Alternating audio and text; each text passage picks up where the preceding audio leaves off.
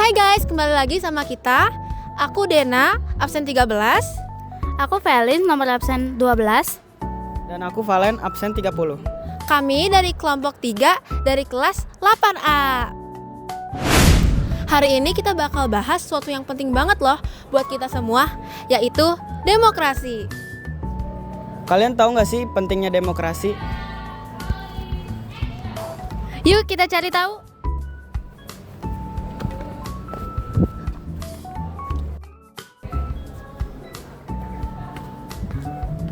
Nah, demokrasi adalah sebuah sistem pemerintahan yang kekuasaan tertingginya dipegang oleh rakyat. Dalam sistem demokrasi, rakyat memilih hak dan kebebasan untuk menentukan arah dan kebijakan pemerintah melalui perwakilan yang mereka pilih.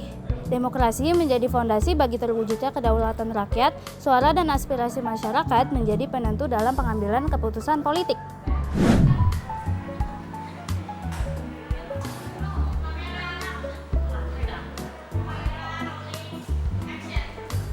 Kalian tahu nggak contoh-contoh demokrasi dalam sehari-hari?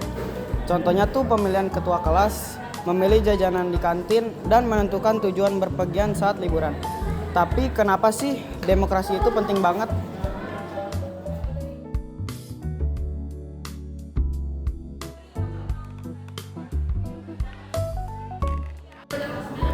Karena dengan adanya demokrasi, kita bisa ngerasa lebih bebas untuk berpendapat loh.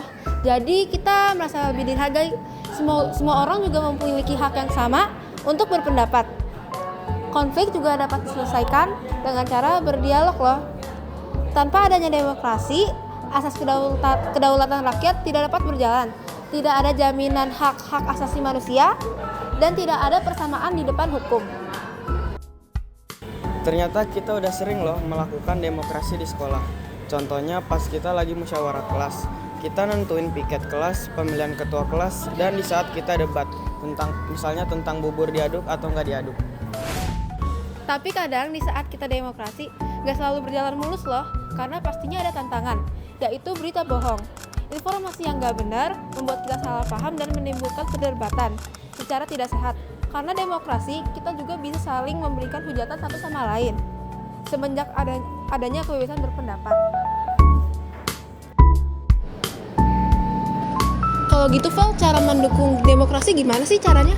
Caranya itu kita bisa ikut pemilihan ketua dan wakil ketua OSIS. Kita juga bisa mengikuti lomba debat yang diadakan di sekolah.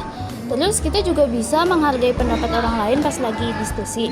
Terus yang terakhir, kita bisa melawan berita bohong dengan menyebarkan kebaikan. Udah paham belum? Udah.